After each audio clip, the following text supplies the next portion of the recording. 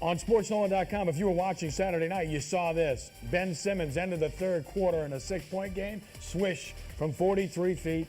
Best player in America. We had it live at sportsNOLA.com. That's why you want to go to sportsNOLA.com. You can watch live games. One more look in slow motion. Rises at the half-court line. Nothing but net. I'm not talking about rim or anything else. Swish. And by the way, he took his time getting there. He wasn't hurrying. People were like, hurry up, hurry up. He knew exactly what he was doing. And you got the impression he's taken that shot about 1,000 times in practice.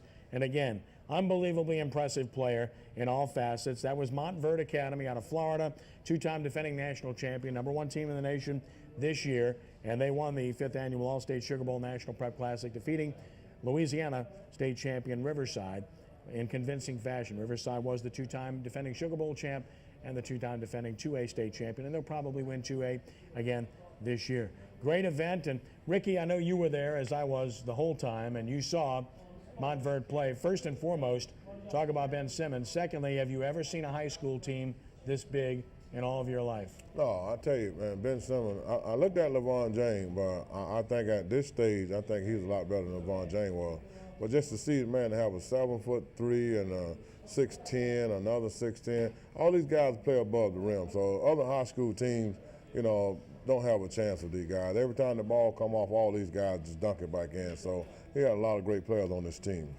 Kenny, I watched them practice at UNO on Thursday, right ahead of Natchitoches Central. And you're talking about a good high school team in Natchitoches Central. You're talking about young men playing on Montverde. They're incredible. This is as good a travel team. They could beat a lot of college teams. I asked Mark Schlesinger at UNO, I said, Coach, could they beat UNO? He said, it's a good question.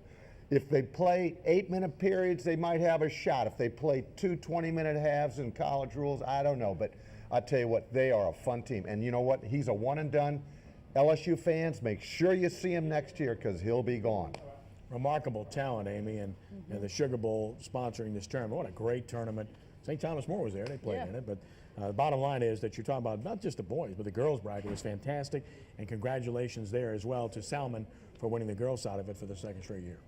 Yeah, you know, I think that that's one of the things about high school basketball in general, especially in Louisiana, is that what it attracts, what it brings in, and what it does in terms of the community. I mean, certainly everybody loves football, don't get me wrong, and, you know, it will always be such a draw. But when you look at some of the special talent that you get to see because of what some of these bigger tournaments do in bringing in some of these teams from around the country, it really is truly, I think, one of the better sports in terms of being able to see a variety of talent from around different areas, not just the state of Louisiana. And I tell you, talking about Ben Simmons coming in next year, and yes, going to see him because he will be one and done, how fun for Louisiana that the eyes of the nation will be on us for one college basketball season. Well, the Hilario Center was packed every night pretty much when we were there, and over 2,000 people a night, which was great.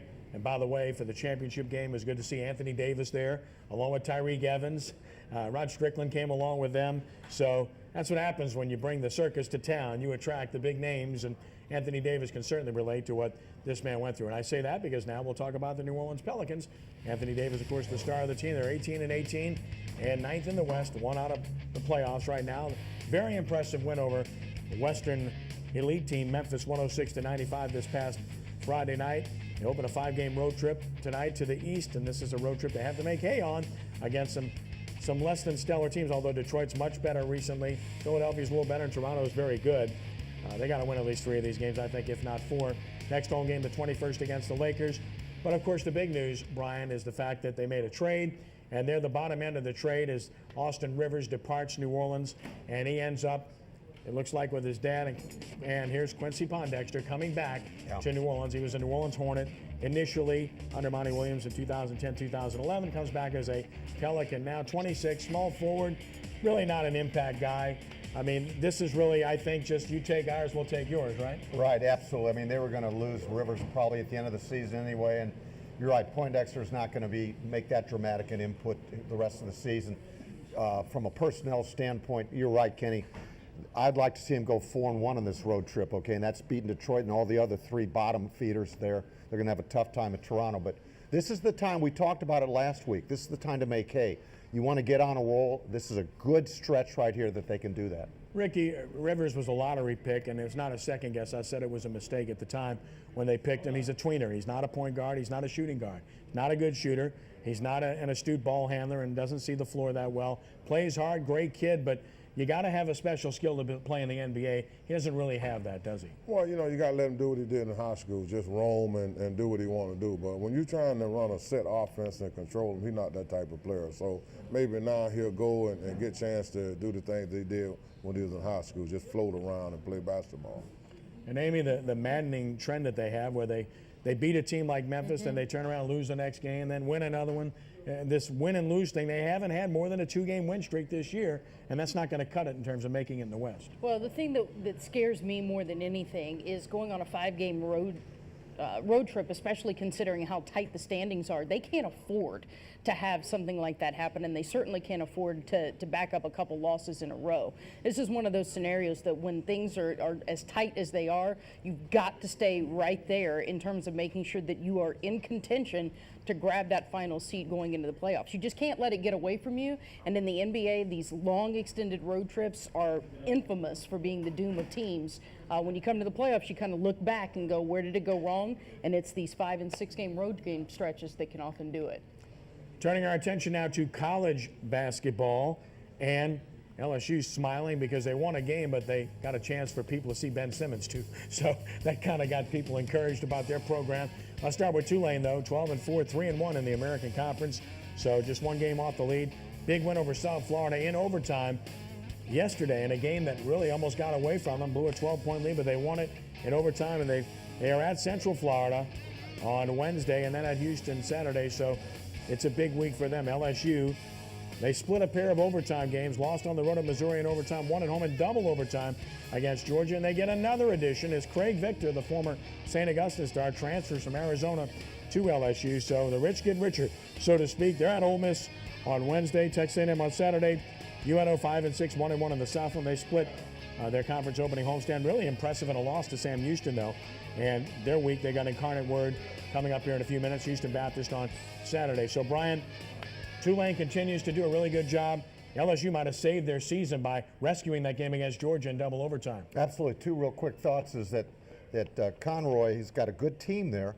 They've got 2 wins that they should make this week, and then they hit an important stretch of their schedule that'll probably determine where they end up in the conference. And then 2, Johnny Jones is assembling quite a basketball team up in Baton Rouge.